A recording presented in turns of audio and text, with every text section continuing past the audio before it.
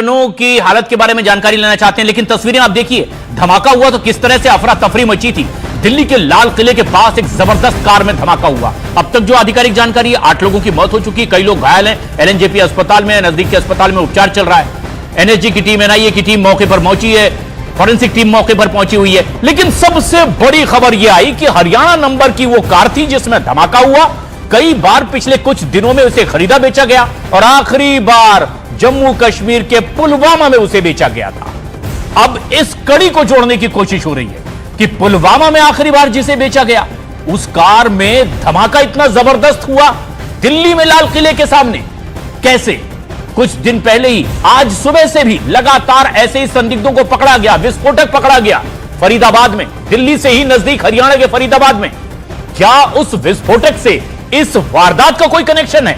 अभी तक आधिकारिक तौर पर तो नहीं कहा गया, लेकिन आशंका उसी दिशा में आगे बढ़ती हुई। और गृह मंत्री अमित शाह ने भी कह दिया है कि हर एंगल से जांच पड़ताल हो रही है, ऐसा कोई एंगल नहीं जिसे छोड़ा जा रहा हो, यानी कि किसी भी आशंका को नजरअंदाज नहीं किया जा रहा है। तस्वीरों को देखकर आप अंदाजा लगाइए, जैसे ही धमाका हुआ है किस तरह की अफरा तफरी थी, भागम भाग थी, लोग जान बचाने के लिए दाएं बाएं भाग रहे थे, कई लोग इसकी चपेट में आए।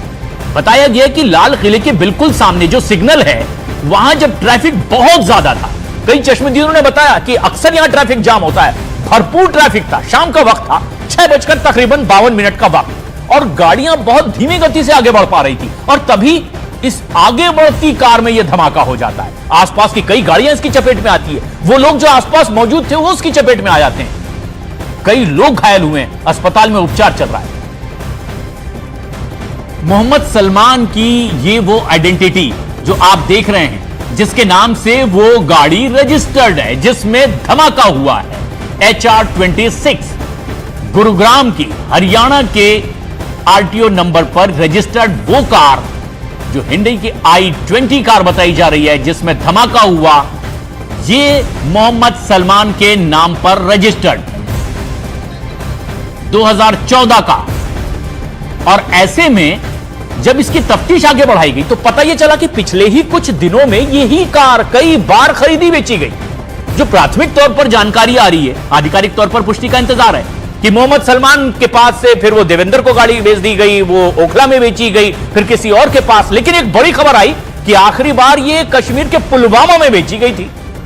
अब ये पुलवामा से दिल्ली कैसे आ गई, लाल किले के पास उसमें इतना बड़ा धमाका कैसे हो गया, यही तो जांच पड़ताल का विषय है।